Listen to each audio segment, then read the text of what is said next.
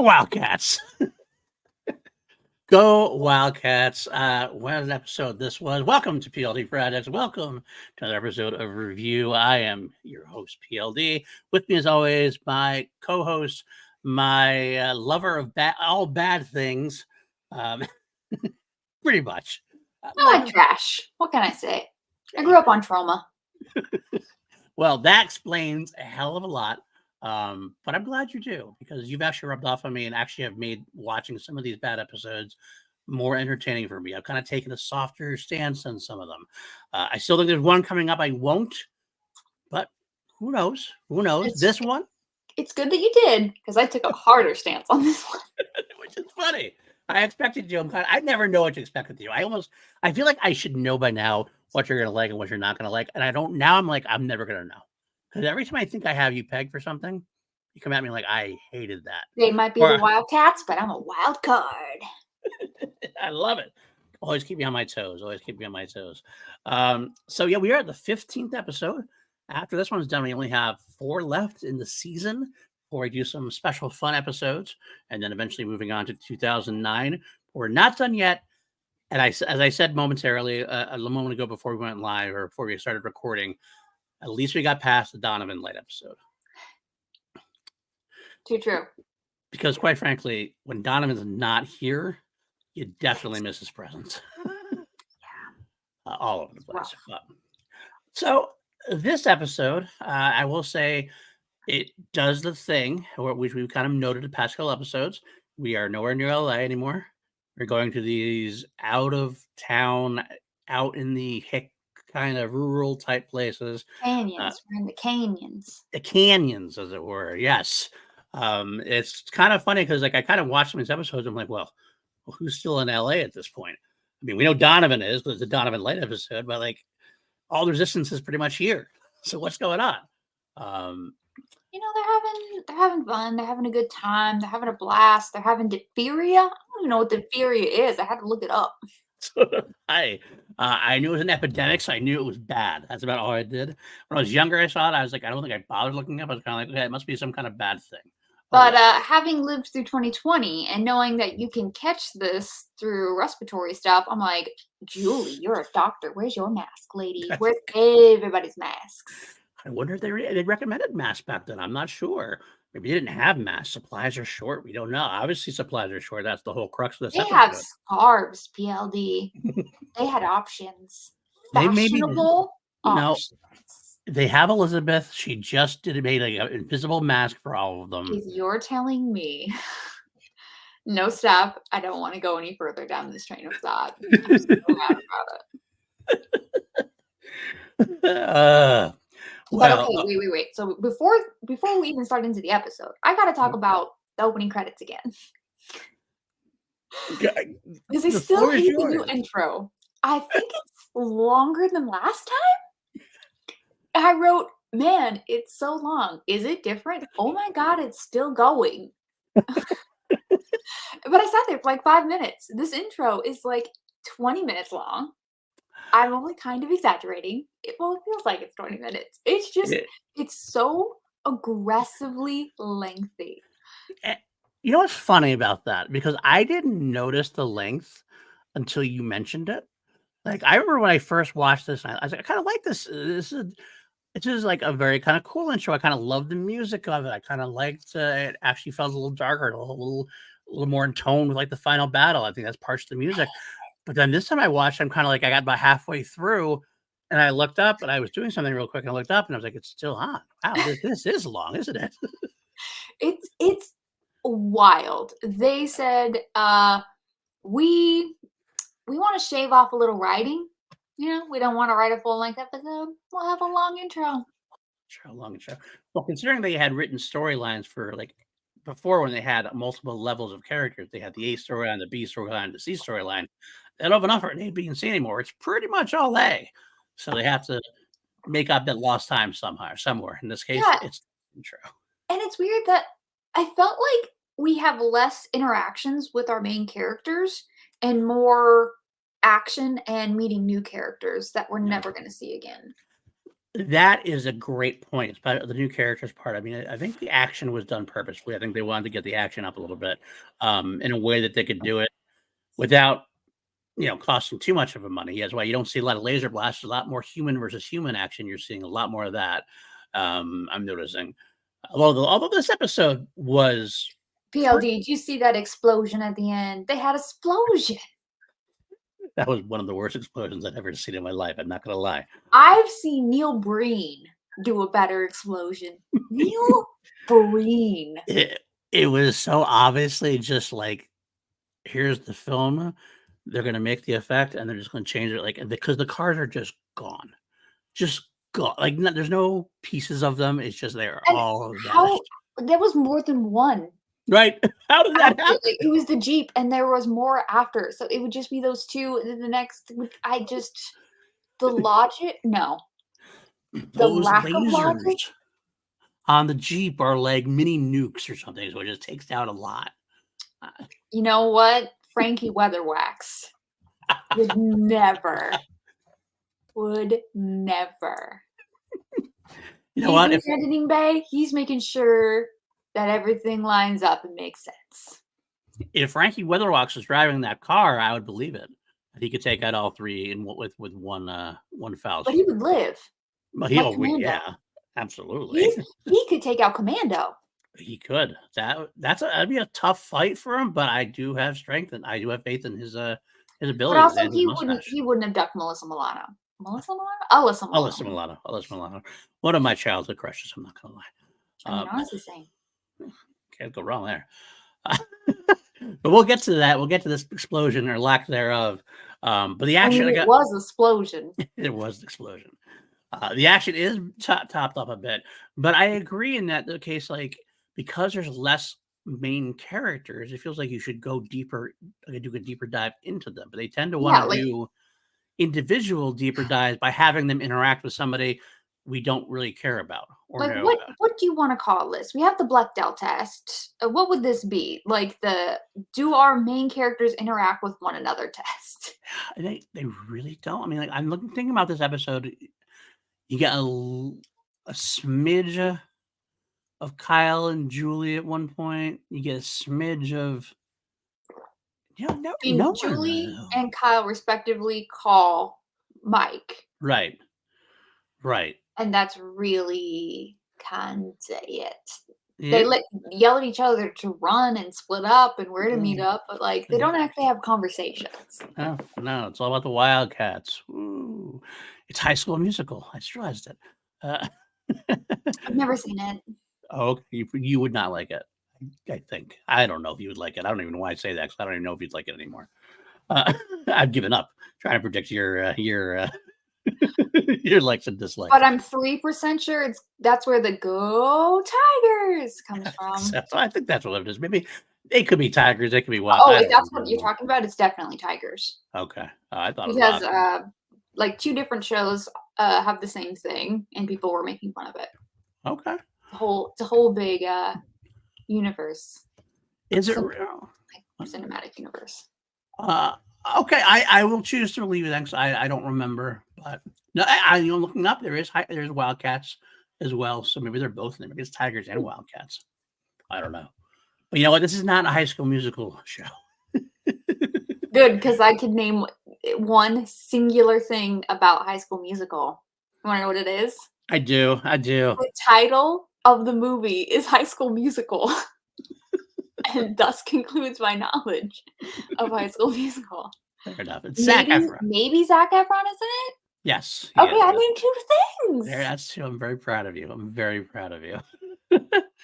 But yes, you are correct in that there's no other way to go around with these actors not getting they interact with other characters, and it'd be one thing if these characters were coming back, or like they're kind of deep dives or they're catching on. That'd be okay. I'm kind of okay with it, but they are all like noticeably one and done characters. If So what's the Ellen point? or Helen doesn't come back, I'm gonna be so upset about it.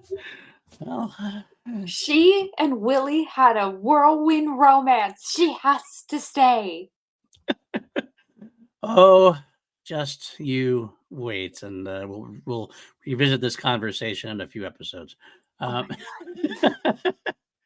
this episode does open up in the middle of action. We're talking about action. It kind of opens up right away with no slow pace. We got Willie and Elizabeth driving a sick person while V Jeeps are chasing them and firing them down. Now, my big first question, this is not as egregious as, say, Michael Myers, but where did Willie learn how to drive? Willie's been around for a while, PLD. He definitely had time to learn from a psychiatric hospital nurse who was bored and trying to get their driver's license. It's probably a woman. This is right around the time where she's getting some liberation and she's finally getting a license. And while she's watching over a comatose Michael Myers, she's just reading out loud the rules of the road book. Mhm. Mhm. And that's the That's same what thing for happened. Willie. And that's the And same thing for Willie. Okay. exactly the same thing happened after he'd gotten shot. Right. Okay. I've got shot. So recently, now he's good to go. Mhm. Okay. All right. You've Mhm. answered my question. I don't know how. I mean, I'll go with it, I guess. But I did find it funny. I This was is kind of like, canon, PLD. This is canon. I didn't realize you knew that much about it. I'm glad I got you on my show. At least now I find that stuff out. Yeah, that's what I'm here Uh, for. so they're driving away. They're driving away with the visitor jeeps shooting them down or whatever. And then luckily, Kyle happens to be by the bridge and are running up to the bridge. Right in the nick of time to shoot at the road to get the Right. Jeep to swerve off the hill, nearly crashing into, I'm presuming, a stunt double. This Yes. man's life must have flashed before his eyes. Yeah, because it's very close. It That's is a very very steep close. hill. I'm just really concerned about all the stunt performers in this Yeah. whole scene. I am too. I have no idea if they because I don't think they really reported accidents back then as much like they do now. So I think we could have had some people pass and we It wouldn't even it know. was almost a Silent Night, Deadly Night 2 level of Mm, crazy. Like, it crazy. was really close. And maybe it Uh, was the way the camera was positioned, but I'm like, yeah, absolutely. I mean, his kind of stunt double's we've already seen him survive a fall off the roof basically onto his head pretty much. He doesn't need any more damage onto him by getting run over by a "Oh, you think Jeep. it was the That's for same sure. one?" Well, maybe I think the last one died. This is a I, Kenny situation. Each episode, they you kill killed Kyle's stunt double. you bastards, you monsters. I'm gonna have to keep an eye out for the rest of the run here to see if that's a running gag we don't know about. Uh, But all wouldn't right, it be funny if that's how, in the show, that's how Kyle died? That would be hilarious. that would be funny. That would have been great. See, that's the kind of stuff I would write. Absolutely. I mean, because Kyle's just. I mean, he's needed only because we don't have ham. He's doing this whole vegan ham thing, but it does not work out well for us with that. Poor He's just Piglet. not cool. He is trying to be cool, particularly when we see him with the Wildcats later. Oh I'm yeah, like, "What are you doing, it sir? is. Embarrassing." Like I almost wonder if they had written this episode beforehand, like they left when Michael actually left, and like that was Ham supposed to be Ham, but then like the Ham Okay, left, so like oh, let's we'll talk just about slide Kyle Ham in with the there. Wildcats. Do you think Ham would have backhanded at least one of them? Ham would have knocked all three of them on their asses, and then be like, "You're gonna do what I tell you to do," and they would have been like, "Yes, sir." I think that's what pretty much would have happened. Now that's That's a man who commands a room or a mm-hmm. canyon. Preach, sister. Preach, sister. And it's so funny because Kyle actually has a cool 1980s look. I mean, Oh, okay, look, yeah, sure. look, he's got the Jump Street thing going on, like kind of like he got the leather jacket, he's got the cool gun, he's got like So you know, I was listening to this podcast. There these women who talk about 80s horror movies, and they also live in the country. And she says, just because he looks like an Airstream doesn't mean he's not a trailer inside. I'd say I think I might have to steal that. I like that. And that's real. And that's Kyle. That pretty much is. That's pretty much is. He is a nerdy wannabe, And I unfortunately. don't want to be mean, but like, Oh, I'm so glad he wasn't in 21 Jump Street. It just wouldn't have worked. no, and I don't want to be mean either. And it's not like he's the worst. He has his moments in this show. It's just was much better as the, like, third banana. Granted, his storylines were not that good because we were dealing with Robin and Elizabeth, that whole thing, but that level, like, being the C storyline, worked out better most of the time for all of us. Yeah, are Young he and Elizabeth still even a thing, or, like kinda. I mean, it's just going a little bit of the way of they Donovan and exist in Julie the at this same point. room That's at the exactly. same time. Elizabeth is too busy leading the resistance half the time now, it feels That's like. true. She's come a long way, sister. And not to be mean to her, but I am so shocked she got any jobs after this, because it's not showing off any talent Range? or charisma. No, no. I mean, she does pretty good in Jason Lives. I kinda liked her in that. That makes one of us. Listen, it's hard when you're in an acting scene with Tom. Tom Hanks. Mother effing Tommy Jarvis number 3? Uh, How can you can't steal that scene. You can't. no, You he can't. never would. But that's why I think she did good in her role as the support to Tommy Jarvis. That's what I saw. I think she's better than she is in V. I'm not gonna lie, at least. I remember just everything about that movie other than her. Like, those little kids under the bed were freaking hilarious. They were great. They should The have their little own storyline. girl reading Jean-Paul Sartre, great. What is the sheriff? Isn't he named after Mick Garris? Fantastic, Yes. It was fantastic. He's really where the good. red dot goes, bang, you're dead. You're dead. Great. What a great movie. It is a great movie. I'm not gonna lie. I had a lot of fun watching that one again. All right, so we get to this medical camp where Julie is, like, holding up with this, I don't know, Are they unnamed still at the nurse. movie studio? This Question is a mark? different place. This is a different place. This is like a Okay, canyon and now thing. it's a hospital because there's Yeah, a it's a makeshift diphtheria hospital. epidemic. It's a makeshift hospital. I think it's like a clinic. I kinda wanna say it was a clinic for the valley or something like that, but, like, they're turning it into a hospital because there's no hospitals around there. That's my You guess. know, the thing about California is there's not a lot of wood structures for Hmm. obvious reasons. Maybe there were in the 80s, actually. I Couple forgot. more. 80s are a different world. Maybe they're faux Definitely not anymore. maybe it was a faux wood or something like that. Something that looks like wood, but it's not I actually mean, wood. it seemed like it was wood, It but did. okay. You're not I wrong. was I'm thinking it was looking. maybe like a camping place, like in like Sequoia, Yosemite. I mean, obviously it would be somewhere further Right. out, Right. further south, but I don't know I don't know what's around there. I mean, I'm pretty much LA to Vegas. I don't know Mm. what's in between. That's a fair point. That's a fair Like point. east of the 405. What's that? That exists. Um, all right. So Julie's setting up with the camp. She's trying to figure out. She's trying to do this epidemic. Learn very quickly that they're out of ampicillin, which I guess is the cure or what treats diphtheria. So that's the basically we get the MacGuffin of what we got to figure out this episode. How are we going to get more medicine to this epidemic before it goes too bad? We can't talk to Or Don they need Balto. or they need. There you go. I made a lot of Balto references, so I'm gonna need everyone to buckle up. I will. I will wait for them with bated breath. I'll try to count them. That was one. Oh, I should have looked up his enemy's name. Shucks. Oh, that would have been nice. I Because I am not. think the little girl's Jenny. I Uh-huh. don't remember the bad guy's name. Shucks. I want to say it was. No, I thought I had it.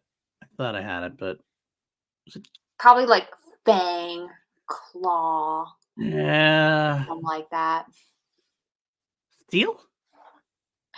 Yes, I think that's right. My movie trivia hasn't completely left me. All right. Never had it to begin with. Me, not you. Facts, uh, names, don't know those. who cares about those, right? I'm here for unhinged analysis. Thank you. Okay, so All what right. they really need is Balto, but what they get, oh PLD, what they get are the Wildcats, a Wildcats. group of vigilante Utes out in, I guess, the canyon, further out in the Yeah. canyon. I don't know what a canyon is. So I'm just gonna go with it. I mean, I know Canyons. what it is, but it's like, Okay. are there a lot of those in Southern California? Because I've never Ah, been to one. I don't know. Never I've never heard of been any. there. Who Are they knows? still in California? I'm just confused. It's I don't fine. know if they are California's a because big Donna has place. to fly there. I mean, from LA. So I mean, I know you have to fly between. I don't know. It depends. It really depends where they are. I don't know. So yeah, a group of vigilante youths who Yes. have what is that vehicle they have? They have a buggy and Oh, they have there's a like a little buggy. go-kart thingy. Yeah, it's like a dune buggy kind of thing. I think it's kind of like a dune buggy thing. I think it's a desert kind of I just feel vehicle. like But it'd you be can. really fun to drive around on set. Oh yeah, those would be fun. Those are fun to drive around. I gotten to ride around once or twice. And they So have there's the 4 or 5 of them. sports car as well. They got the Camaro kind of thing they got going on, which is Andy's vehicle. The bug is kind of a strange one to have because you have the cool hot rod, you got the cool, like Camaro, and then you got like a VW bug, like Herbie the Love Machine kind of thing. I don't know why, but it's an interesting choice for a gang. I It's mean, it also drives. it does, and that's Thinking important, I Jeep would have guess. made more sense. It's fine. Yeah. I will say before they get to the Wildcats, they do talk about trying to get Donovan first, but Donovan's raiding the refinery, and they can't wait for him to get the medical supplies. And yet later on, they have to. So it kind of becomes this thing like we can't wait for him. He's not going to make it in time, and they have to end up waiting for him anyway. So I guess they could have waited for him, and they would have saved a Also little bit interesting, we of time. never actually see any of the people with diphtheria. We just know that there's people under sheets who are sick and dying. Well, we did see the one guy that Liz and Willie were driving right away, and the way we got to see them a little bit because he was sweating Oh, and I sick in must the have back missed of the that. van. He was in the back of the van, so we got to see him in the very beginning. Oh, I'm talking like full face, like sweaty, Right. coughing. I don't know the symptoms of diphtheria. I'm just spitballing here. Sounds right to me, but all right. So the But Wildcats. when Kyle's convincing them, and he's trying to play cool, and it's just not working. But he explains, diphtheria to them, and then it was all right. We'll help you raid the visitors because they have all the ampicillin. Right. Did I say that right? Ampicillin. Yes, you Okay. did. I did love you and what army? Hopefully yours. Yeah, how many people makes an army though? I mean, I've seen 300, but really, how many people makes an army though? Kyle is no Jerry B. So as far as that goes. I mean, that's a sentence. I can't disagree with it. Seems like all facts to me. Checks out. Looked it up on Snopes. You got the green little check mark. I appreciate that. Thanks for your fact checking us here as well. It's always good for the show. That's what I'm here for. Diphtheria symptoms and fact checking that Kyle's no JB. Got this. Well, Kyle We'll figure shows out the them. plot to a High School Musical. We're into That's it. it. We're all over it now. Kyle shows them his hand after he cuts them. And it's kind of a ballsy thing to do considering who you're with. Yeah, he's next to Willie, and Willie's like, "Yep, red blood. Yep. Got that. Like, Samesies." if I was a Wildcat at that point, I'd go, okay, you're good. What about him? I think you would assume that if nope, you shouldn't assume that actually, but they clearly assumed one's a human, so the other must be. Yeah. Not a smart move. Oh, luckily Willie's a nice guy, but he does come into play later on. Now we do go to the mothership here. We get the storyline that I know you loved. The police procedure love there. I will say I do like the introduction of if no one is found guilty, you have to be sent off. Where was that last episode? Well, that was when the inspector general wasn't there at that point. Oh no, he wasn't. And also, I feel like the whole setup last episode about Lydia and Diana went literally nowhere. This episode, what? Both of them. Although I gotta say, it was a little refreshing seeing Diana and Lydia work together, be on the same side. It was different. It was unique. We don't get to see it. Considering Diana and Lydia have been at each other's throats since episode 2, it was a nice little refreshing change. They had a common enemy. I hope I'm viscerally displaying my anger that Diana didn't frame Lydia using Mad Max Marta's help. Like, they should have teamed up, framed Lydia, and sent her off with Charles' corpse. I'm so sad about it. I believe, if I'm not mistaken, if I watched the episode correctly, they were under house arrest. So I don't know if she could have gotten to Marta alone. So I think Oh, she had to work with buddy. Lydia. She could have done anything. She worked with what she I would had. have already had this plan in motion. You don't have a backup? And the worst part is, we know Lydia is guilty still. I can't get over this. It's That so is pretty frustrating. funny. It is pretty And funny. Lydia has I mean, I guess I get, like, people who do bad stuff just blame others, but it's just bothering me. It's meh, but to make it worse, Discount Martin is the worst investigator in the fucking universe. This man just tested their fingerprints. They get an image of of a skull of a Yep, lizard, and then it forms like what the they would lizard. likely look like with their skin, and then they overlay it with the makeup face. Oh, I'm so mad about it. How is that even possible? Mad, Like, mad. okay, I figured it Why out. wouldn't you I have a figured it lizard out. face and then say this is what their appearance is? Not only that, they showed the lizard face, and he actually says, "Do you recognize her?" No. How about now? Like, all I'm right, so mad about it. I have to say, I figured it out. I figured out what happened. Discount Martin says, I'm have you, it hasn't come, his name hasn't come to you yet, huh? No. Okay. It's a running joke, by the way, guys. She told me before the episode began that she does not remember the Inspector General's name and will only call him Discount Martin. She told me not to say his name so that she could try to remember it on her own. I don't think she's going to do it. I'm not gonna. But I will Is say it now that Steve? when you missed the guy in the back of the van, it does say right there, and Frank Ashmore as Discount Martin. Not Discount Martin. It actually says his name in the very beginning of the credit scene. That's why you missed it. PLD, that credit scene ran so long. I aged 8 years. You think I remember that? Okay, but here's what I figured out. Hear me out on this one. What happens is they have the fingerprints, you get the lizard skull, right? The computer knows the lizard computer can run a fact database on all the lizards in the ship. He knows that lizard ship. He knows the computer knows what masks are assigned to each Yeah. individual. So they saw the face, and the mask comes up then. That's how they did it. It wasn't like they made the mask as part of the fingerprints, right? No. I mean, that I was fine with. I was fine with all that. I was mad that they're just now doing it. And further, that, oh, gee, the person who sold you the bottle of this would have their fingerprints on the bottle of this. This must mean she did it. Are you Kidding me. inept? You're Especially because it's you're not a like slow lizard. You are a like flat-brained lizard.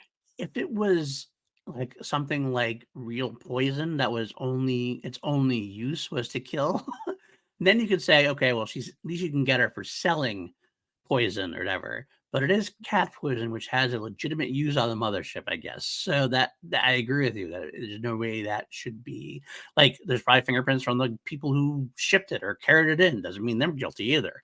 I'm on board with you. It is ridiculous.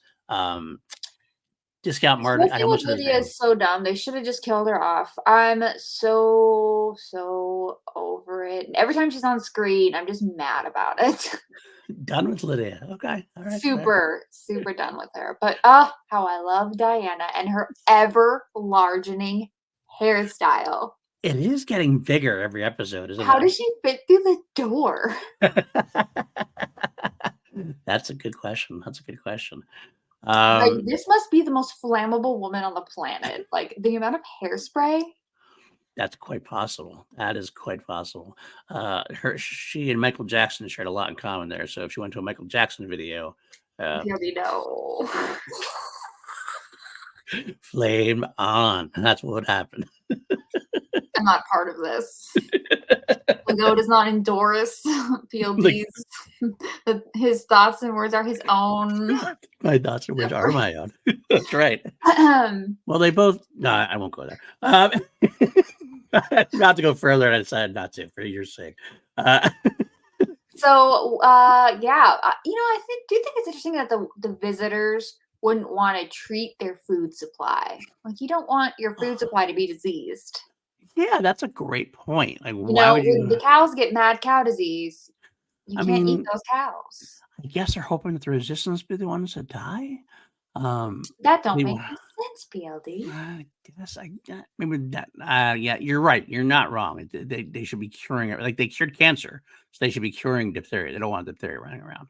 I guess it's all about control. So if they have control of the ampicillin, they control who lives and who dies with collaborators and things like that. But it is kind of a shitty thing to think about it. Oh, shoot, I forgot about something that I wanted to Okay, go back to. What go ahead. this episode should have been is The Fugitive. Diana escapes. Discount Martin's hunting her down. She turns. I didn't kill my husband. It was I Leia. don't. And I his, don't yeah, care. exactly. It's what we deserved, PLD. This is the perfect episode to do it. And then we can finally have an episode where Lydia's crawling around in the giant fence where they still don't Mm, have locking mechanisms on. that's true. You know, it would have been kind of interesting. Definitely would have been interesting if Diana had to escape the mothership and go to Earth, and you see Diana on Earth for a little bit while like she's trying to hide out from both the Resistance and the mothership. It would have been funny if she was caught by the resistance and ends up like it's like the enemy of my enemy is my friend. If we have her as a hostage, obviously she wouldn't side with them. But I think that'd be kind of fun and it'd create a really great dynamic in like Hmm. the resistance camp. Yeah, that would be interesting. Obviously, nobody would care about Diana and get her back. That's true. And that might like open her lizard eyes to something. So what she's done, she got her heart would have to grow 3 sizes when she realizes that no one likes her. Uh, no one likes her. And then she just flies off into the sunset. There you go. And then that maybe she would deserve better.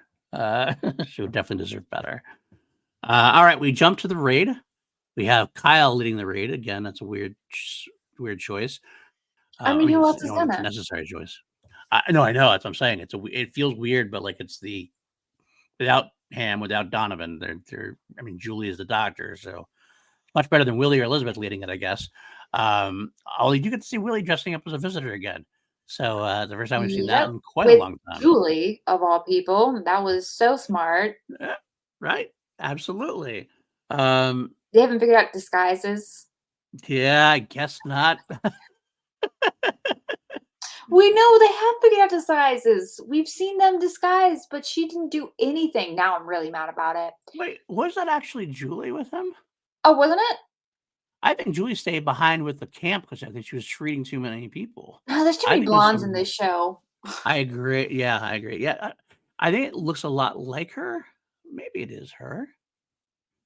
I find it weird because like they get back to the camp Well, because it said afterwards. Julie was spotted on the Yeah, mothership. James comes to that's discount Martin. true. And said Julie was spotted. So, That's true. That's true. Maybe I was wrong. I mean, all this time, I could be wrong. Just remember, like, 'cause when the fight started, she didn't really do a whole lot. oh, but PLD, I was so happy. The visitors Yeah, finally figured out how to get the high ground. that was that was great. That was They good moment. finally took the roof. I was so proud of them. I'm like, That was you good. lizards are evolving. You know what? And I'll give Kyle credit where Kyle's due is he did do a little bit of a cool thing when he spots him on the roof, and he has a moment. The lizards on the roof. It's an ambush, and he gets him going. So there you go. Good work, Kyle. That's your good deed for the day. Kyle's not a bad guy. Like, I certainly think, he tries real hard for the resistance, works real hard for the resistance, Right. He's just, he's kind of a dork. Yeah. Yeah, he is definitely. So this is why I'm not sure it's Julie. So I watched it again, and like Julie gets like, or this Julie character, the currently dressed up like a visitor, gets like hurt really quickly on her shoulder, but she doesn't really actually do any fighting. It seems like that's why I can't believe it's Julie. But no, maybe it is because he threw her into the van. You're blowing my mind with this. I never even considered that was Julie. I never even considered that was Julie I didn't until think this it moment. wasn't her, and now I'm doubting everything I know. Let us know in the comments whether you think that's actually Julie or not.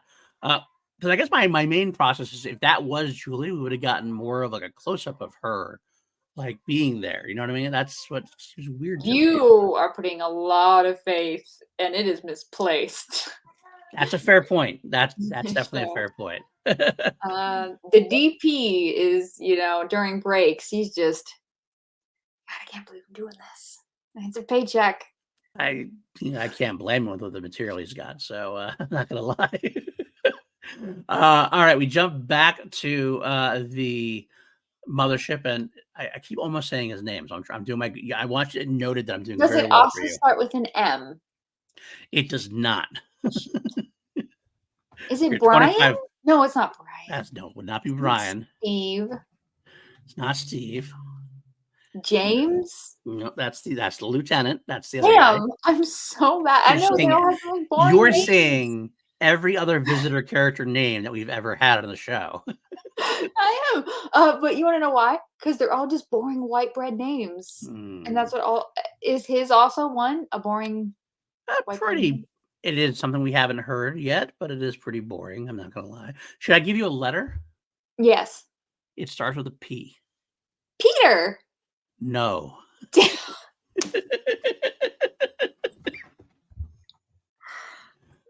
I'm gonna tell you at the end of the episode if we haven't gotten there.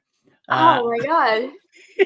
It's not So Peter, Discount Martin interrogates Marta, and what I wrote as my note is what a shitty way to establish this character at this point. Like he was touted as this like great character, like great inspector general, and like he came in, everybody was kind of worried about him, and watching him now, it's just like he's a moron.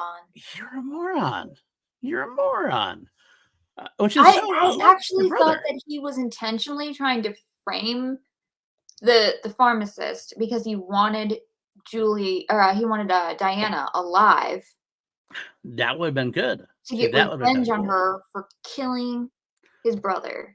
That would have been cool. Is that not what happens? You're giving me a face. No, that is not what happens. I gotta stop writing a better show. That's true. There you go. That's very true. All right. We jump back to the medical camp, and we learn very quickly that Ellen is going to have a crush on Willie, and that just does not bode well for the rest of the story. Considering she thinks we've already done this with Robin a couple of times now.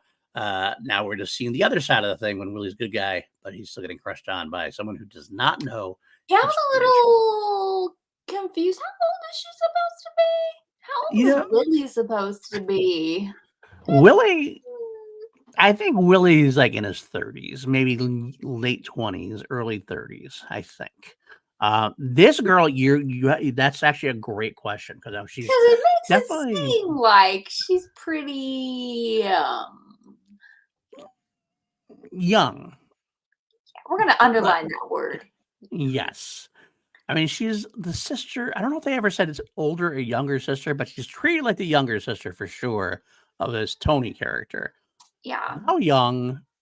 She is firing weapons. She seems to be pretty competent and all that stuff, but this is a world where the young would have to be fighting back, especially if they had lost their parents, like they did. You do never get the sign that Willie is indulging this fantasy of hers. Like, even if he wasn't a visitor, I don't know if he would have. It felt like a girl having a crush on an older guy, and the older guy trying to be like, "Ho ho ho! No, I can be your friend, or we can be friends, maybe, but let's hold your horse before you start getting too much too hot and heavy here." Um, Although I would say I do think it definitely gives credence to her being very young. When we have the scene later, and I'll jump to it briefly because we'll get back there, when she gives him the locket that's her grandma's. Yeah. So it's like that. You've known the dude for like 2 days now, and you're gonna give him his big speech about how important this locket is, and it's your grandma's. And you're just gonna give it to him. That And also when screams she was like, talking about how, she came home from school with her brother to find that, like, her parents had been taken or something along those lines. Yeah, she just seemed real so she's probably in high naive school. in a Yeah, youthful way. 16, 17, maybe. That's what I'm thinking. Maybe even that might be a little much, but maybe 16. We'll go 16.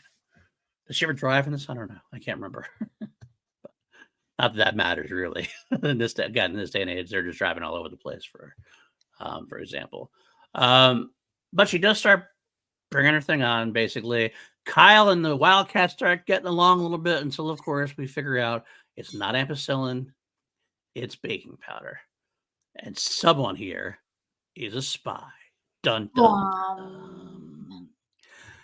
So we know it's not one of our guys, obviously. So it's obviously a Wildcat, which kind of lets out half the thing because none of the Wildcats get any kind of background or any kind of really development except for Ellen.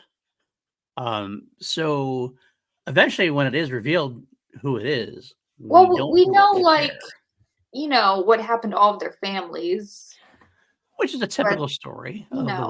Wild. It's like we had that before Visitor's Choice with Sandy and the Boddicker brothers or whatever. So it's kind of a similar trope. We've all had losses We and had a we all last have losses in episode. life. Yeah, that's true. We had last episode. Happens all the time. Um, but I guess I feel like by the time we get to the end and we figure out who it is, like it just didn't matter because it's kind of like, okay, well, we knew it wasn't going to be one of us. We knew it wasn't going to be, pretty sure it wasn't going to be Ellen because she was just too naive to be a traitor. So, I mean, it's fine. It is what it is, but not well written. I just had to say that. Shockingly, I know it's a very shocking statement I'm making right here. I'm sorry if you're a writer watching the show and like you're like 80 years old now. You're like, I want to see what these guys are saying about my favorite. Dude, contact us. We have so many questions. We We do. will get like, you're a hero. I'll put you on screen. You can talk all about it. I'd be curious to see what some of the thought processes were for sure. Um, Like, so, I hope you got a house out of this. so they learn there's a spy, and of course now since they can't get the ampicillin, they got to go back to Plan A, which was Donovan in the first place. Now, here's my question to you: They called Donovan. Mhm. They called Donovan up, and where is Donovan? Because that looks like the Club Creole basement. I didn't even notice. I was, like, trying to look at his plans. I mean, I kind of was too. As it's like fades back, it really looks like the same exact place where after Elias was killed, that they're planning the when they're planning to get Robin and everybody out of that printing place or whatever. It looked like the same exact area. I didn't go back and like double check, but it was the same basic setup. So I feel like they're like, we need a place for him to do this. Let's put it in here, even though the place is already supposedly destroyed. Because that did not look like a movie studio for me. But who knows?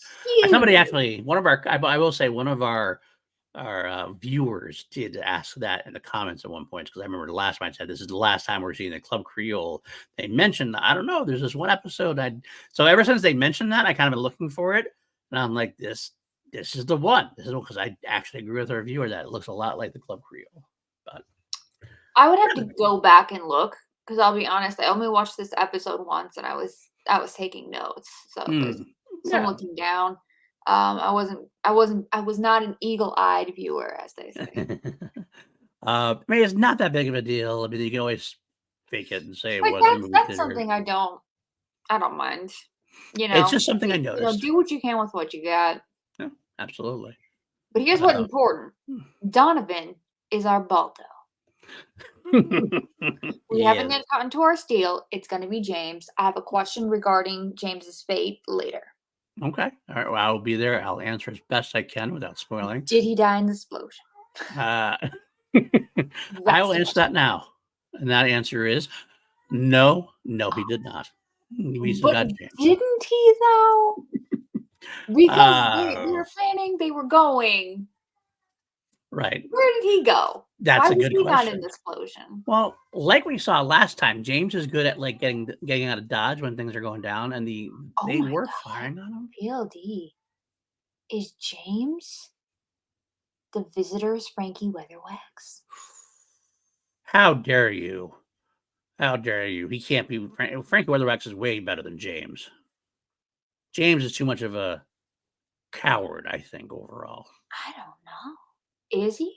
I feel like, I mean, he runs away. He runs away every time. It feels like he's like a very big in your face kind of guy. Calculating. He's got a war to win. He's working for the most incompetent, dramatic, big-haired visitors in the galaxy. Yeah, and a bumbling inspector general named what? Petronius. No. All right, keep going.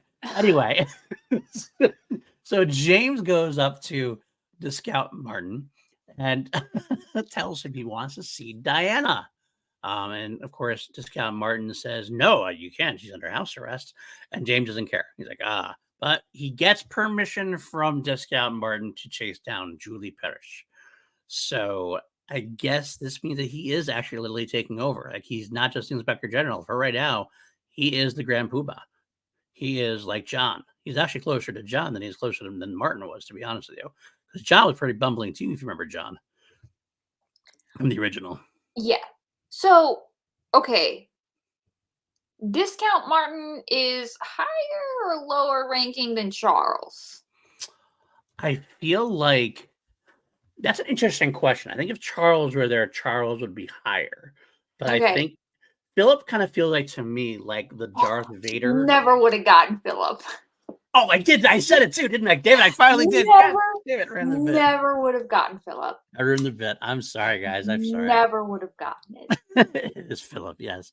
Good catch. But anyway, it is Philip. I kind of feel like Philip is like the Darth Vader to the Imperial side of things. Like, there's the hierarchy. You got like Grand Moff Emperor, Grand Moff Tarkin, the military hierarchy, and the Vader's kind of outside of that.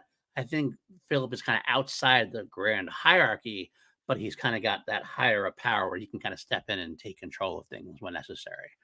Like, he can make things a police state instead of a military state. I'm really mad that I was going to give you so many more chances to guess. Oh, well. Wait, Grand Moff Tarkin is higher ranking than Darth Vader? Well, Darth Vader, I mean, if you watch Star Wars, watch the original episode 4, Tarkin kind of gives him commands. Like, he tells Vader to let Tay go when he starts to choke him. He's like, enough, or release him, Vader, as you wish. And Tarkin's giving command the entire time. And that's because Darth Vader is outside the command structure. He's not like a military. I mean, Vader wanted to. He could probably say, no, I'm taking over. I'm going to take care of this. But like, as far as everyone else is concerned, theoretically, Grand Moff Tarkin is the head of the Death Star, and Vader is just kind of like the enforcer. He is outside the rule, though. So it's kind of that special position. Did I just blow your mind? Have I ever seen Star Wars? You've never seen the original? No, I was being facetious. Like, okay. Okay. I never paid attention to the ranking structure of the Death Star per se. Okay. I think I was really focused on like the music. Well, that's fair. I mean, John Williams is the greatest of all time. Oh, man. But yeah, if you ever go back while you watch it, you see that Tarkin is actually more in charge. Now, after episode 4, for episode 5 and episode 6, it appears that Vader is more in charge. Although episode 6, I don't know about him versus the guy who's like building the Death Star, the second Death Star. He feels like he's actually technically more in charge, but Vader can kind of come in and say, oh, I'm the Emperor's representative, so you're going to do this kind of thing. But anyway, Holy Snokes is on every Wednesday, guys. That's our Star Wars podcast. We're going back to V here. We jump back up. We get to see Diana and Lydia under house arrest. And this is where they determine where Diana broaches Lydia and tells them they have to work together and use Marta as a scapegoat. And you are rolling your eyes. How is Martin not listening in? You bug the room, you idiot. You don't think Diana can outsmart a bug? I mean, yeah, but at bare minimum, he should have at least tried. Maybe he did it just off stage. Why? And then when Marta is allowed into the room to talk to Diana and Lydia when nobody else was, I assumed Martin had her bugged. Nope. No. Why? I will say it is very funny and very poorly written when like 2 scenes ago, James is not allowed to go see Diana, and yet Marta just walks in like nobody's business. Like, there's no consistency whatsoever. It's pretty funny. Not gonna lie, it's pretty funny. But again, I actually do like Diana and Lydia working together only because it's a breath of fresh air, so I'll take it. I reject it. If looks could kill, His looks could kill right now. Oh, this is not my death look, BLD, don't worry. Oh, I something wouldn't do deeper? that to you. Oh, I appreciate that. I appreciate that. All right, we jump back down and we get more of the young Ellen and Willie situation. And Willie is trying very hard to kind of push her, not push her up, but kind of He's trying to awkward. communicate and facing some extreme difficulties. Our boy really has some aphasia. I mean, he already has enough trouble communicating in the first place. Then you throw in the whole relationship stuff, and he's like this. He's a confused boy. He He's hasn't a had this naive environment. boy. Yes, exactly. It's already tough enough sometimes dealing with relationship stuff, and then try to deal with the language barrier as well. He's thinking about what he's saying. He doesn't know what to do. He's got a lot going on. He does. He does. Then Kyle and Julie show up, and of course, Kyle has to be the dumb hothead, and Julie has to break up the little kids and like put them in timeout because that's what she does. She is the mom. Kyle was right last episode. Really, that's true. But I gotta say, this is followed by like the worst red herring I think I've ever seen, or one of the worst red herrings I've ever seen. They have this conversation. Also, at the very end, Andy shows up to Ellen and goes, "Hey, where's Bart?" I don't know. They turn and Bart's walking from somewhere else by himself, and the music starts playing. It's like, oh, this is supposed to be the traitor. Because the very next scene is where James says, "Oh, yes, we've spotted Julie Parrish. We've spotted over there. We know where the resistance is going to be." It's like really set up, but it's set up so poorly. Like it's like this is obviously a fake, and it couldn't be more fake if they tried. Um, I really didn't like this part. All I wrote was, "Don't push him because he's close to the edge." So I'm assuming someone said something. I just don't remember what it was. I thought the scene was just lackluster and not really worth remembering. Tony says, "Don't push me." Oh, Tony okay, says, that's "Don't push me, man. Don't push me, man." Because Kyle, that's right. Because this is the best part, quote unquote, of the scene is when Kyle says, "I'm here to finish the job," and Tony says, "Which job? Stopping the epidemic or wiping out the Wildcats?" And Kyle goes, "Maybe both." Wiping out the Kyle, honey. wiping out. Honey. He really wants to be like Papa Donovan, and he's no Papa Donovan. No, he's not. Unfortunately, it's really sad. It's really sad. I don't want to talk about Martha on trial. You know, talk about the Marta trial, which is like just as much of an obvious sham as the Lydia one, the one that Philip came to because it was unjust, and yet they give the trial to Marta, which is exactly the same basic trial, as in like, what do you have to say for yourself? I'm innocent. Well, all right, you're guilty. BLD, my notes. Okay, it's makeup. It's not a form. It's not their voice. It's all fake. It's all manufactured. I'm dead. I'm done. She's found guilty. I'm leaving. Mad Max, Marta deserved better. Kill Lydia. Save Marta. F this. I'm out. And then I had to pause it. I did a lap around the building. I tripped because they're putting in new rugs. It was a whole thing. I tripped over the line when she says, well, not her, but the fake Marta. Charles, my love, my lover. Like, what is that even like? I don't even think I could hear anything. The blood was rushing. It was blocking the earbuds. I don't know how hearing works. It was terrible. It was very, very so terrible. dumb. Philip, he doesn't deserve that name. Discount Martin is a waste. It's a waste of a good Martin.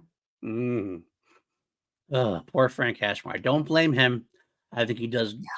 I mean, the acting is perfectly fine. For what? And Yeah, the for fact what that he can portray these lines, and I think, oh, honey, you're such a little himbo. You really think you're doing the right thing. I thought he was a mastermind. Now I realize he's just a himbo. It's It's fine. It's fine. And it would be better if he was a mastermind because that makes sense because him and Martin were, developed from the If same he zygote. doesn't end up siding with Donovan in a future episode, I'm You're gonna be mad. I I can't even form words. You're gonna be mad. I get it. You're gonna be mad. I get it. I totally understand. We'll have to see. I'm very interested to see what couple episodes we have. All right. I just can't believe he's this dumb. I'm praying that there's something else. Okay. All right. We're gonna find out. Stay tuned. Same V channel, same V week, or next V week, or something. I don't know. Anyway, Time. so they jump back down, and the visitors ambush the resistance with the van.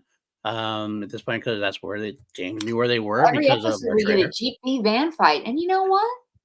I don't mind it. It's I don't no mind it. equestrian battle, No, but I don't mind it. I get it. I get it. Absolutely.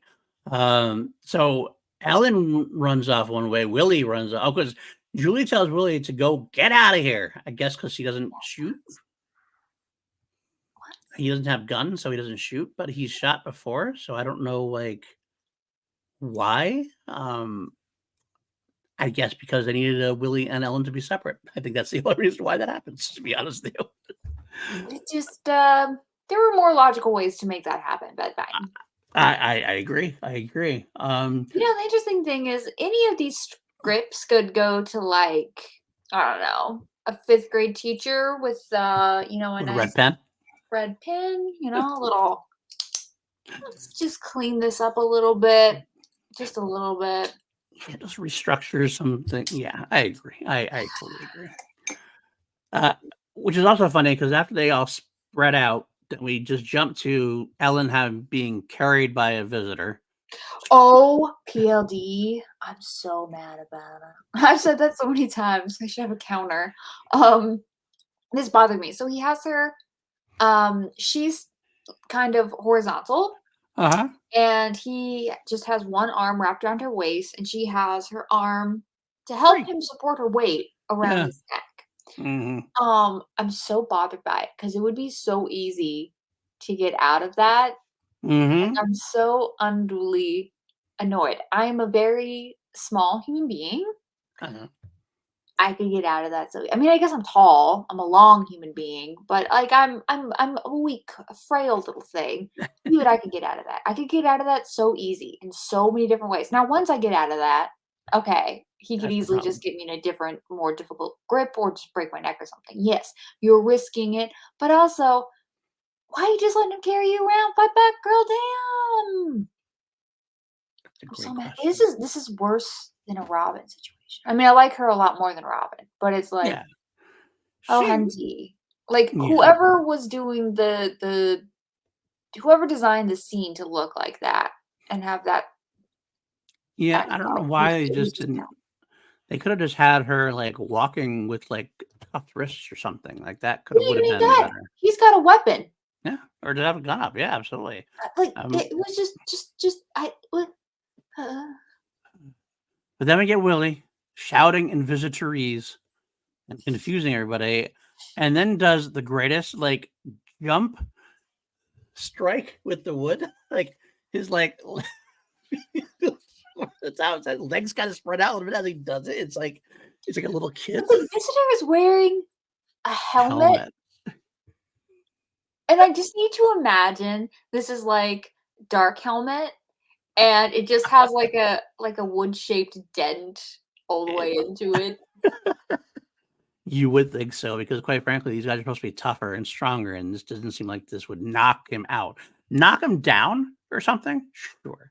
But knocked unconscious like he is? It's so funny, like, ridiculous, absolutely ridiculous. This reminds me of one time, remember those, like, I don't know what they're made out of, like, bicycle helmets for kids? Mhm, Those, like, mhm. styrofoam Yep. things? I mean, I'm sure Mhm. that's stronger than styrofoam, but it kinda looks like it. Yeah, My older brother, much larger, he's, like, 4 years older and, like, much bigger, and I right. remember one time he just went and, like, conked me on the head and split the whole helmet in half. Wow. And I just remember like, well, now I can't ride my bike. Mean. Did you get revenge on him later? I mean, we shared a bedroom, so honestly, just like in hindsight, every day Okay. I wasn't like smothered with a pillow and murdered was is like a It was a blessing. good Like day. yeah, he deserves to hit me. Like I had it coming. At least you can I admit it mean, this way. it's not right to hit your siblings, but like also, It isn't it? happens. It happens, Isn't let's it? be honest. Uh, so Ellen doesn't seem to think it's weird that he speaks lizard, but kinda is willing to let it go. She But I seems more guess impressed. Like, wow, where'd you learn to speak visitor yeah. ease?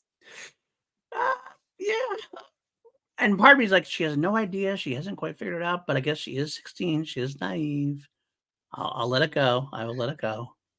And then the visitor comes to you, so he has to whack him over the head with the wood again. Again, whack a It's lizard. like, the girl Rapunzel with the iron pan, Yes, yes, the absolutely. skillet she keeps hitting.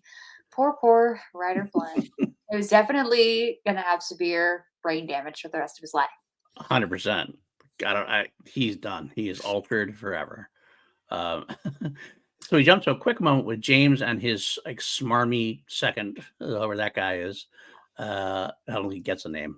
He just has his like smarmy smile about he I talks. mean, good for that guy, but I couldn't help but notice the actor himself had a scar, and it just Yes, bothered me that he would be cast as a visitor and not as a resistance member. resistance or someone because the visitors shouldn't have. We've had this conversation. They shouldn't have Yes, scars. It's makeup, and I'm gonna have another comment about makeup coming up soon with our boy Willie. yes. I know. I think I know where we're gonna go, but that's okay. Um, I will say I like the scars from Klaus. Klaus was the martial arts guy. That made I sense. mean, I think we agreed, like, that was it was like a tattoo. He's like, "I'm Yeah. gonna want these scars when you manufacture my human skin." Right. Exactly. Okay. That's I do remember that conversation now. That's true. All right. So I go back to more Ellen and Willie, and this is the time moment. This is what we talked about before. Ellen gives him the locket. I do say Willie has a great move here because she kind of like pins him up against the wall, and he does the whole, "Woo, I'm gonna slide down underneath, and we're gonna get away here." I mean, we've all done that, right? At some point, yeah, I think at some You're point. like, "Ooh, I'm gonna, like, I'm gonna shake through and just sliz through. shimmy out." Very snake-like, just snake through. But Uh, Robert Englund's acting here is so great. it Like, is. the faces he's giving, he's like, "I'm uncomfortable, but I'll play flattered," but, like, It's back and forth that because it's like I'm flattered. I'm kind of lonely, so I like this companionship, like for friendship is what he's looking for. But he's like, I like this companionship. I like her, but oh god, I can't do this. Oh god, but this is how do I do this? I got to I think of love the right words. I love my notes here. Oh, she likes him. And he reveals he's a visitor, but oh no, not the necklace. And wow, the lighting is really bad here. I drank a lot of coffee before I watched this, by the way. Don't know if it's noticeable. They're okay, but this is adorable, but it's sad. Truth hurts. And, um, the ripping off of the skin. Yes, okay. So, This is what you're talking about, right? Okay. yeah, how does he get his makeup repaired? Because this isn't the first time, and dude's been shot. Does he just have a hole in the makeup job here? That is a How great long does question. the makeup last? I don't know. I What mean, happens if it's too hot or too cold? I have a lot of questions about the makeup. yeah, they don't seem to ever have thought that through because we never see it. I mean, I guess He I'm needs wondering if they touch up. have maybe they have like maybe visitors have their own kind of like personal stitch kit, so to speak. Like if something like that happens. I want an actual makeup artist in the vein of like a Rick Baker or a Robotine or Tom Savini to watch this and talk about it. I thought you were gonna say the resistance should have like the fifth column should have like a Oh, that would be better. Tom But Savini like character we've who seen like the makeup artist, wasn't it last episode or the one before that? Like it was almost like a tattoo gun, like yeah. fixing, it was last episode fixing Yep. Diana and Lydia's skin. Yep. Also, side note that I didn't even think about that I just thought about now. When they have their war paint on, is this something they do with like their lizard skin? That's a good question. I 2, got so many. because otherwise listen, I'm saying, like, I'm a human being. I have so many makeup palettes, it might be egregious. I'm thinking, like, 25. I really like That makeup. I might be just like all egregious. of the Okay. colors. Um, you know Might what? Only half of them I bought myself. Most of the time people give them to me because, like, "I bought this, I didn't like the color. Do you wanna trade something?" It goes back and forth a lot. mm, Anyway, so it's an ever rotating cast of 25 palettes. mm, But, like, here's the thing, I don't have any blue because for our audio listeners, I do not have the complexion for blue makeup. It does not look mm, very good on me. I do a warmer rather than cooler palettes. I look good in a purple, a red, right?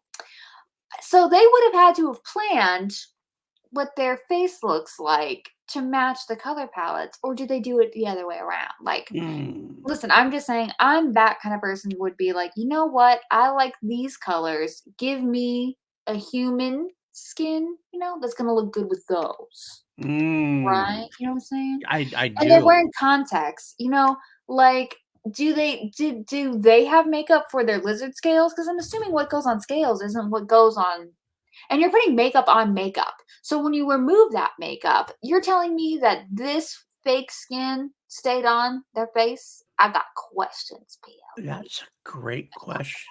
Those are phenomenal questions that I would never even consider. I I in could all my do a years, whole episode on the makeup questions I have. you really would because quite frankly, I don't understand. Like, I never even thought about will I'm a I also have bad questions about their nails. How much time do we have? I think we're gonna have to have a separate episode for all this stuff. I think that's what we're gonna have to do. I have I never questions even about the considered teeth. those. We could be here I for a while on the contacts. it's true. It's true. Are Uh, any of them prescription grade? that's another great question. That I did consider at one point, and I think they must be because I figure if they can do glasses and contacts, they can do eyeball contacts. They must And be able then to make we them pretty saw in the wedding episode that some of the lizards, when they have like their normal lizard selves, some of them have hair, like Mhm. human hair. Like one of them had a mohawk. Yeah, that was I weird. have so many fucking questions. I wonder if that's like a transplant kind of thing or something. I don't know. That felt weird. That one did. So, but yeah, those Gosh, are questions that need do answering. any of them have scales? Not like I'm sorry, not scales. Like you know how some lizards have like Yeah, I know the what you're talking ridges, about. Like the the ridges there. ridges. I don't know. We've never really gone into that. We should see. We should see it. That's something we could have got into if we had kept on the air. Uh, Okay, I actually really have a lot of questions about the nails. I'm gonna have to go back and look at their hands and like pay really close attention to their hands because you have the makeup. Like, where does the makeup cover their nails? And then they put fake nails on over theirs because I've worn fake nails exactly once in my life.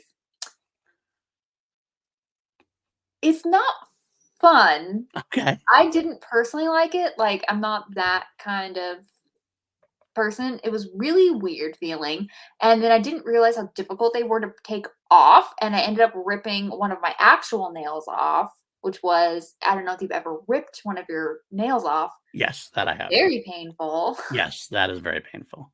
So, anyway, all I'm saying is when someone says, "Oh, I broke a nail," like that's actually meaning their entire nail has come off. It's very painful. Maybe don't mock it.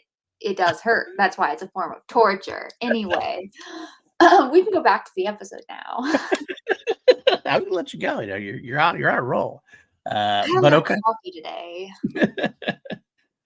Okay, so we jump back up and we have Diana's plan, Diana's sinister plan of leaving Marta awake while it goes out into space This with whole thing Charles. lasts way too long.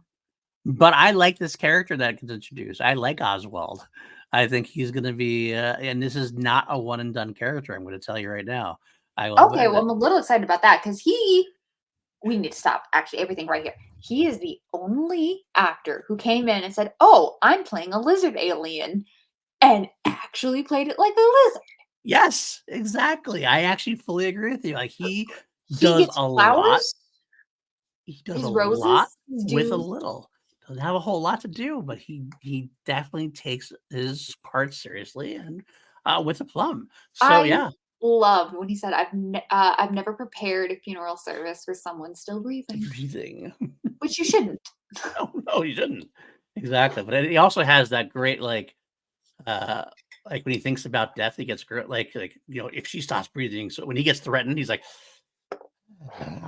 it's so good. It's a great facial expression. That's Oswald. He will be in our character ranking for sure. He's not one I'm gonna edit out because I actually do like him quite a bit, so, uh all right, we jump back down. Donovan's in the air. Julie's trying to talk him out of it now. So what's the plan if Donovan can't come at this point? Okay, hang on. So I assumed they figured someone would be overhearing, so they were coming up with a fake plan. I keep writing it better than it is. Yes, yes, you do. Because I have I the don't know how to same. stop. It's ridiculous.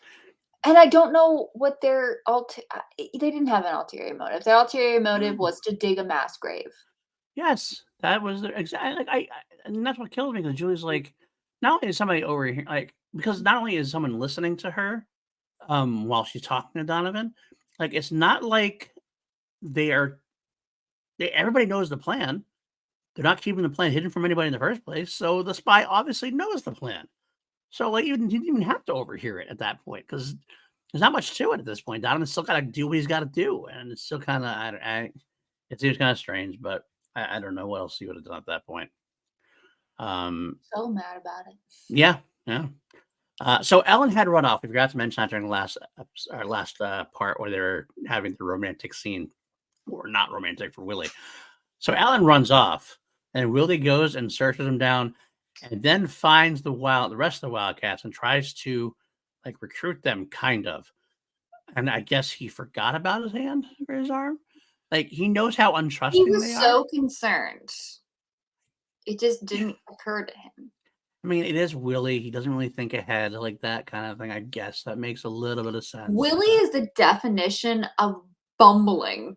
He is, and he thinks the best of people. So, like, I think he kind of feels like he can talk his way out because everybody's a good person at heart, kind of thing. Um, but man, this actually, I will say, even though it's kind of an accidental thing, it's kind of set up to be a good, kind of cool thing because we know the Wildcats are the enemy, but the Wildcat characters have to think that someone else that's the spy because they think that they're all good. And for like, we were watching this from the Wildcats' point of view. They're going to think the same thing we think. Oh, well, it's got to be one of these guys that's a spy that's fucking up because it's not going to be one of us. And all of a sudden, we find out Willie is a visitor. That's actually kind of a good dramatic moment. Now, this show doesn't do anything with it for very long. Could have been used a lot better, but I did like the actual idea. So I'm struggling to give credit where credit's due at times. So I want to throw out something I did actually like the idea of it. So that's where that is. Of course, it's killed in 2 seconds with Miss Deus Ex Machina herself, Jedi Knight Elizabeth Maxwell. Yeah, I wrote Elizabeth comes in, makes a face, and carries, like Carrie White, the situation under control. And while Kyle has a shit-eating grin on his face. Uh-huh. Then Elizabeth walks like a robot through the woods to save the blonde chick, Ellen.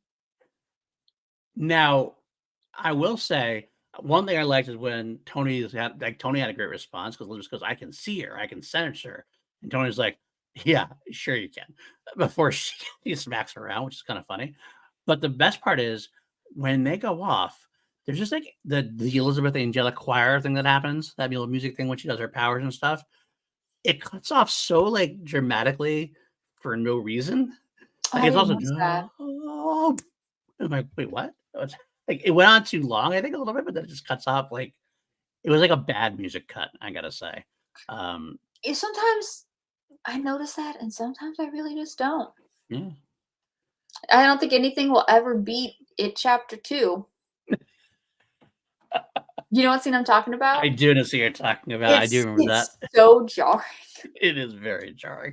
And I'm someone who actually liked it at chapter 2 better than most, but that was very jarring. I will give that I credit like where the it's due. cast. I love the cast. I love the cast. I enjoyed myself. It wasn't nearly as good as chapter 1, but I think it was still worth a watch. But that's Choices me. were made. I appreciated it. I watched it twice. I'll watch it a third time. I will too, because I haven't actually watched them in a while, so I probably will have a night where I got to watch chapter 1 and chapter I don't know if I ever actually watched chapter 1, 2 together, like, in I would one be night. interested in trying to look at it, like, thematically, why they chose to do things differently than the book. Yeah, yeah, that's a good point. It's a very good point. I said with asterisks. Um, I do wanna go back and give one more credit where credit's due. It's a bare minimum kind of thing, but when they decide to leave and Andy says, all right, I'll stay behind. That's me. Somebody's gotta stay behind or whatever. Faye Grant as Julie from the background, so it's kinda subtle, just kinda stares him down like, "You're the spy." Ooh, I did not notice that. 'Cause, like, she just watches him, like, intently, like, "Hmm, yeah, you're Well, I you're like you're the guy." when she does discover he's a spy, he tries to kind of excuse away his behavior, that his brother's sick and he's trying to get him back. Um, and she says something to the effect of, "Bad times don't make bad people. They make tough people and they make cowards." I love that Yes. line. That's a great line. It's actually this whole interrogation thing that she does with him is very Julie, and it's a very powerful character choice because it feels like the time she interrogated the guy who worked at Science Frontiers, and, like, when James was masking as resistance fighters, he's like, "I don't wanna get involved." She's like, "You already are." She's like she is a mad interrogator. She doesn't take any shit. Like, she's like, "If I'm doing this shit, you're all doing this shit with me. I don't care what you think. I don't care, I don't care, like, how scared you are. You're either gonna be doing the right thing or you're getting the fuck out of my face." And I really appreciate that about Julie, and that has stayed consistent throughout. So, again, more props where they're due. Good job, Faye Grant. I like that the Wildcats really are kind of a little family unit, and they really do feel like they are heartbroken to learn that Andy betrayed them and didn't, Yeah. like, come to them. Yeah, like, a point where Tony gets very mad, like, right away, he gets really pissed right away. It's like you're really betrayed by their brother. They're so quick to, like, defend him too. "No, it's not true. It's gotta be you. You're trying to make this work." But when he admits it, you're like, "Oh, fuck." Um, Oh, PLD, I'm so sorry. I got one more comment about makeup. okay, that's fine. Why is Julie wearing any? Girl, you're in the middle of 'Cause a you war. There you are no gotta resources. Where'd you get it? Why are you yeah. wearing it? Why are you taking time to put it on? You have diphtheria patients and you're putting on makeup, bitch. 'Cause you gotta look good when you're kicking ass. Like, oh, you gotta look good when you're They kicking could have ass. used they didn't have to use black on this woman. They could have used something more subtle to just, brighten her up a little without Y making it obvious that this woman clearly spent 15 minutes bare minimum doing that look. You're giving them an awful lot of, credit for even, like, considering that. Like, they wouldn't even have considered that. Like, they would have just, like, that wouldn't even pass their mind. They can barely write a competent scene half the time, let alone worrying about Julie wearing makeup. Especially because 'cause they're probably most of them are guys in the '80s who probably don't even know she's wearing makeup. I was like, "Is No, I that never makeup?" thought about that. It's definitely a male thing at this point. I think they don't even care. They're like, "Whatever. Does she look good? Alright, we're good." That's what the concept that's pretty much what the '80s were back in the day at this point. Um, alright, so yeah, Andy is the traitor. They leave him behind because 'cause they're gonna try to fight, and hopefully that they can even though the visitors are coming, they gotta protect Donovan. We do get this kind of musicless scene of Andy breaking free, which What I have music to would you want? Because I'm going for Benny Hill. Keystone Cop kinda thing, absolutely, I could do that, a little bit of that. Or like a Black It's Panther. it's very Pink Panther, you mean, right? Pink Panther, yeah. Oh, Pink Panther. Black Man, Panther, yeah, totally from Pink Wakanda Panther. Forever. It's a little different. Uh, I don't know, I don't think that has a song that sticks out to me. there's a Black Panther theme, but definitely would not go with this little scene of him breaking free. But yeah, definitely Pink Panther. Pink Panther would Maybe for Mission sure. Impossible? Yeah, that could be done in a parody style. They actually could have done that, absolutely. Although, you know what? Give Andy some credit. He does lean the chair back on a table first, so he doesn't like go right back all the way down. He kind of like leans the table first, so the chair kind of he kind of slides down instead of falls down, cracking his head. It's actually a pretty smart move by Andy. I'm not going to say I've never tried to escape from a chair like that, but that seems like a pretty smart idea to not go straight back and knock your head off. So, I'm confused because he just seemed like his arms were tied behind his back. So couldn't he have just put his feet up and then stood up? I think his legs were kind of tied. Oh, okay. I thought his legs were tied too. I could be wrong. I trust you. I trust you. I could be wrong. No, it looks like they're not. Actually, you're right.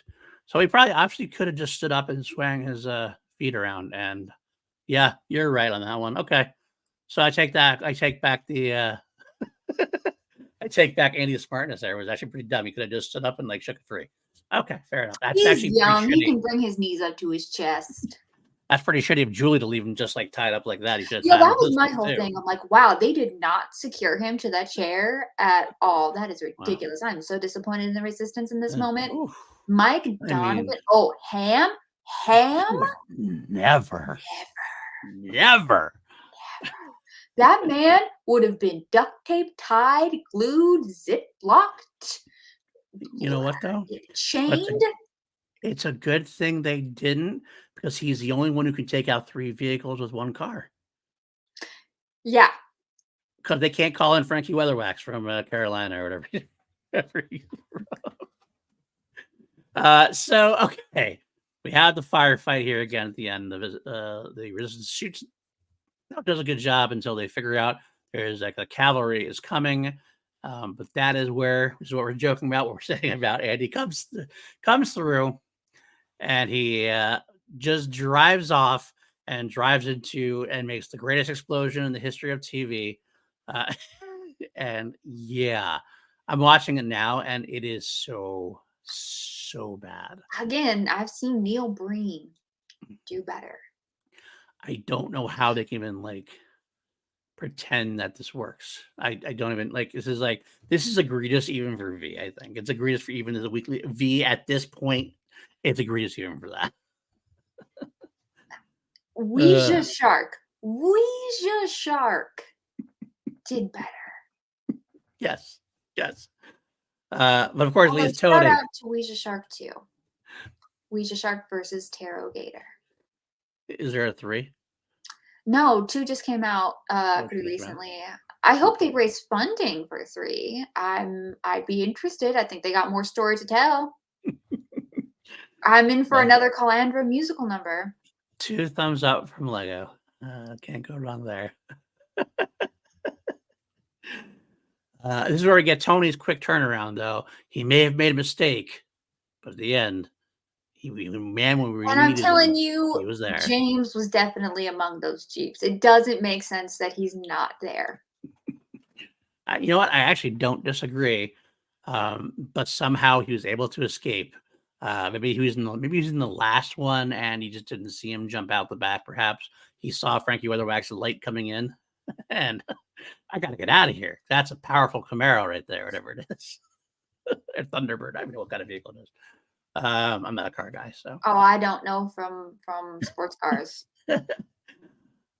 So then we get Donovan, who made up his own plan to skydive instead of trying to land. Yeah, he parachutes out to save the day, just like Balto did. Lets the plane just kind of go, crash.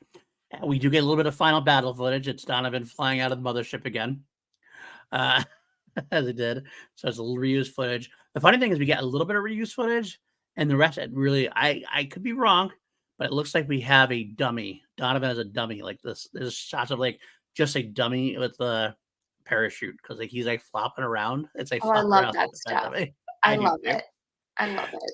That's what it feels like to me. They always do it. Always make it obvious. Just go for it. Just do the thing. Exactly. Because you know what you're doing. We know what you're doing. Do it. So Donovan gets down, and I gotta say, this little exchange is my favorite by far because of how bad it is. Donovan's like, my compliments to the ground crew. And then we have plenty of help, Mike. Say hello to the Wildcats. The fighting Wildcats. It's very... What's not He-Man or Thundercats, but it's very like late 80s cartoon. You know what I mean? Do you get that vibe? I do, and I will say it is Ellen who we do believe is younger than she actually looks, so it's kind of almost like the kid giving it, so it's like, you let it go. It's very Captain Planet. But speaking of Captain Planet and any kind of late '80s thing, Donovan all of a sudden turns in to a politician, like Oh, a shaking big hands and kissing babies all the way, and POV. not only that, but it's like the speech. You got free membership in our organization every time you'd like you say it's so quick to the point, and like that line just made me laugh. I actually wrote it 3 times. The Fighting Wildcats, you got a free membership in our organization anytime you want it. What? I don't even understand what's going on there. But that's Donovan's way of making up for lost time, I guess. I On this episode. it's just I don't know, PLD. I don't have the words. I don't I have either. nothing in my reference, you know, in the analogs of things I have watched. Nothing compares to this. It is yes, it is something. Of course, we had the quick Kyle and Tony making up. Everybody's happy now. They're on the same side again. And then everybody's happy about it. Andy's dead, but they're all happy go lucky, it looks like. And then the Ellen and Willie running off hand in hand, like it's like Little House on the Prairie or something into the Well, they're married now, That's right. obviously. You got the locket. That's the marriage of the Wildcat marriage, I guess. It wasn't gonna be a Charles and Diana wedding, okay, PLD. They're not That's true. royalty. That's true. That's very true. Speaking of Charles and Diana, we do get the end of this episode, which I did love. I love the funeral sequence. I don't know why I loved it so much. Okay, Lydia and Diana are stunning. Mwah. Absolutely stunning. This is how you show up to your a-hole ex's funeral, even though it's not her ex. This is how you do it. You show people you are moving on, you are moving up. And she gets to say, because it is her husband's funeral after all. So Martha is put into this glass, it's very Spock. It's like a glass coffin with Charles' dead, I presume, rotting corpse. That's a lot. I wrote, this is legitimately horrifying. 0 out of 10. Absolutely hate it. Diana is so vicious. Yes. Ridiculous. And Discount Martin completely sucks at his job. And that was my last note. Okay. But I will say a couple more things about the funeral itself. I agree with everything you just said. I will say that this is actually kind of well shot too, because they show you some. First of all, they show her not being able to talk. Then you kind of get some looks through, like as if you were in the sarcophagus. Yeah, you get like a weird fisheye lens of one of the lizards. And I kind of thought that was a cool thing. I actually kind of like, oh, that's actually a cool shot how they're doing that. And you kind of don't hear things like they use silence quite a bit. And Discount Martin does get a great line in though, because he asks like who gives him away, and she's like, I do. By what right? Marriage. Will you travel with him? It's a good delivery of a line. I like that. So I have to give Philip a little credit when I have to find credit when I can. I found credit. I enjoyed that line. I enjoyed that delivery, especially because it was so different than anything else he had done so far. It was kind of like he actually broke free and had to have a little fun with the delivery, which is what happened. But Diane, of course. I'm just very confused about Philip. Is he sincere in his job or is he a double agent? Tell me, PLD. I guess you're going to have to find out. I guess you're just going to have to wait and find out. But I just need to know, would you say he's giving a good performance? Philip or Frank Ashmore? Frank Ashmore. Frank Ashmore, they give him good performance. I think he's given a good enough performance. Like he does a good enough job. Do you think he knows if his character is an idiot or a double agent? I don't know if he knows I think I maybe, you know what? I thought he would know, and now I'm thinking like, oh, he probably doesn't know, and he was given a script, and he's just reading lines, doing his best. I apologize. I don't think the writers really know. I think that's the problem. I don't think the writers really know. I honestly, and I hate saying this, and I hate bashing the show sometimes, but like, I honestly feel like the writers said, okay, people hated that Martin died. We got to get Frank Ashmore back somehow, so we'll do this whatever soap opera storyline of the twin brother. Great, with the twin brother back, and that's like the extent of what they did. Like they didn't like think about, well, how do we bring him back? What's his storyline? No, he's gonna be the Inspector General. Here's your lines, Philip. This is what you got to do. And Frank's making up his own thing as he goes along until they figure that out. And I think that's the problem. You can't foreshadow something if you don't know what you're foreshadowing. That's 100% right. You could try, but you're probably going to be wrong. And that makes it even worse sometimes. So more power, Frank Ashmore. You're a good actor. You were great as Martin in your day. And Philip is not your fault. But we do have some moments which we at least figure out what Philip kind of is to a degree. But we'll get there. We'll get there. All right, that is our end of our run on the Wildcats. Any last thoughts about the Wildcats? It's kind of a lackluster episode. Okay. And if nobody has diphtheria in the next episode, I'm gonna be real disappointed. I know I'm gonna be real disappointed, but okay. I'm like, do you really think that covers through? Do you really think that covers through?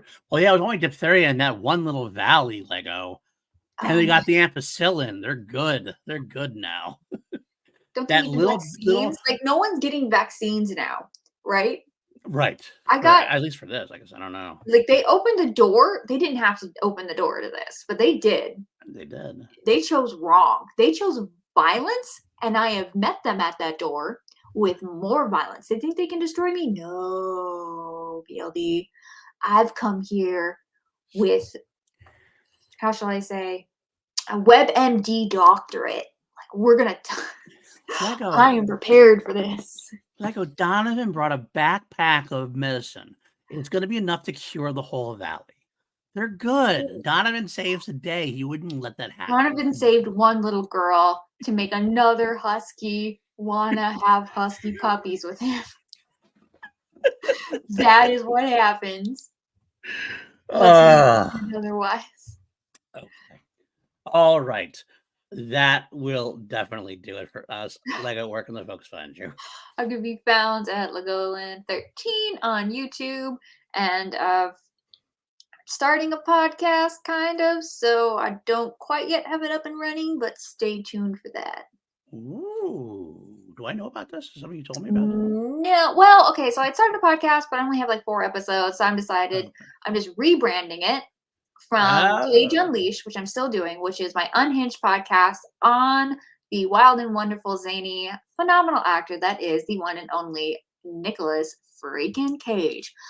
But listen, I'm a pretty scatterbrained person, and I'm really trying to watch a lot of 80s horror movies this year. I'm wanting to get them off my list. I've only seen 303 80s horror movies. That's not enough. That's not nearly enough.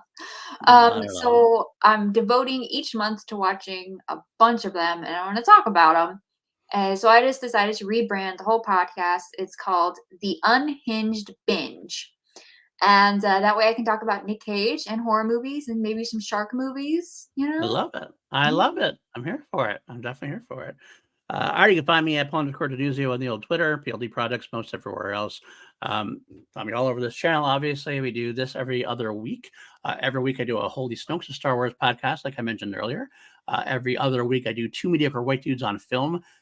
PJ and I just did our episode on Jason X, and we had a lot of fun gushing about that. And I'm sorry, but if you don't like Jason X, I don't trust you.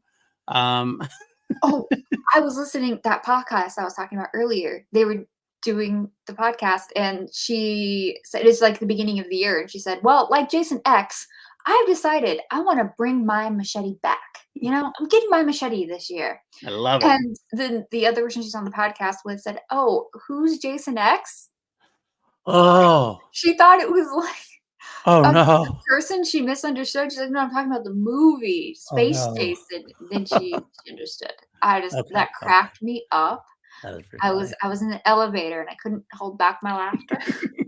Don't you love that in the public when you have that laugh attack go on? But yeah, so next 2 weeks or not sometime soon. Freddy vs. Jason is our next movie, and I can't wait to talk about that either because I do love that one quite a bit. A lot of fun with the WWE style battle between the Titans, which was a long time in coming for Have sure. you and PJ already done the Nightmare on Elm Street We have franchise? not done Nightmare No? on Elm Street at all. No, Okay. that's going to be we did Halloween as our first big series. This is Friday the 13th. Next year, towards the end of the year, that's going to be our next big series to do. Um, PJ's not actually a huge fan of Freddy.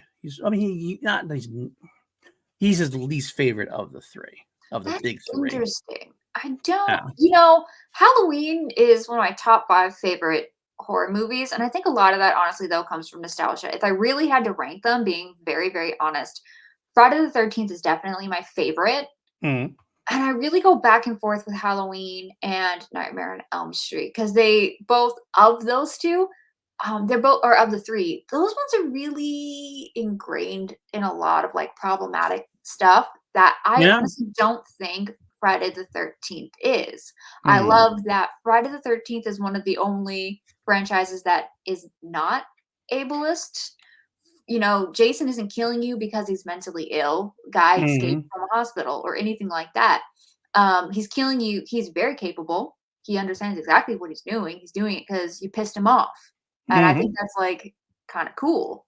That's fair. That's fair. Versus like the other two, I go back and forth. And I mean, I know a lot of people don't like Freddy's Revenge. That is my favorite. I like camp. What can I say? Does not surprise me whatsoever, I gotta say. That one I did peg you for. I knew that that would be one of your favorites. But I think after that, I mean, I'm a 1, 2. I really like the 6th one, Freddy's Dead, a lot than 3. Nobody agrees with me on this franchise, and I totally get that. Comparatively, I like a lot more of the Halloween films, but there are a lot more of the Halloween films, and the ones I dislike significantly more than the Elm Street. I get And I that. think Wes Craven's New Nightmare is honestly one of the best 90s horror movies out there. I fully agree with you on that. I really go back and forth. I would say I probably kinda end up kinda tying on them, and Friday the 13th is the favorite of those 3. I got that. When I was a kid, uh, people have stopped listening now. We ended our V talk a while ago, but our pitching state, we started going to a different podcast. But I do feel compelled to say now, when I was growing up, Nightmare was my favorite. I just loved the dream demon aspect of it. And honestly, partially because of V, because I love Robert Englund. So I loved getting the chance to see both. And the kid, I was like, wow, holy shit, he's Willie in this and he's Freddy Krueger here. The Um, range. yeah, that's what it was. It was like, I love this. I like Friday the 13th fine. I definitely saw it as for what it was in the beginning, which was definitely obviously trying to rip off Michael Myers, Halloween, but it did obviously forge its own path in a way. And I do think that Friday actually has probably more consistency because it very rarely tries to do a whole lot It out of the went off the box. rails pretty quickly, and it understood that about itself. Right, but so it didn't worry about trying to make something serious or try to do something like mistake for Jason Goes to Hell was them trying to add all this really weird lore that didn't need to be there. Whereas Halloween sometimes took itself much too seriously at times.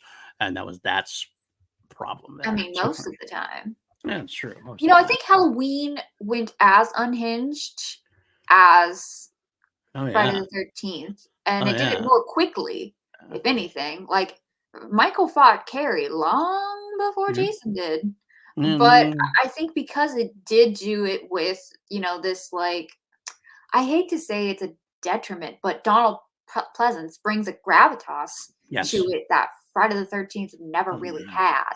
No. So when you have this like more serious kind of element, even though he's completely effing unhinged in that Oh, film, like absolutely. he is bonkers. Like he has had his medical license revoked by the American Psychiatric Association for sure Easily. Yes. after the first movie. Right. Let's be clear on that one. Mhm. Thanks to Sheriff Lee Brackett, a hero. I didn't think I'd A bring it around, hero but I did. who is just over his head. That's his problem. I like Sheriff Lee Brackett. I've always loved Sheriff Lee Listen, Brackett. He's just not prepared. Haddonfield is homes, families, children, all lined up. For what? You telling me they're lined up and down these streets for what? A slaughterhouse? And on that note, Hit that like, hit that subscribe, join the Patreon, patreon.com/PLD Projects. Also, get down Brandon Buckingham, Jeff Alterman. Love you guys. Couldn't do it without you. Appreciate you guys. You keep the lights on, all that great stuff.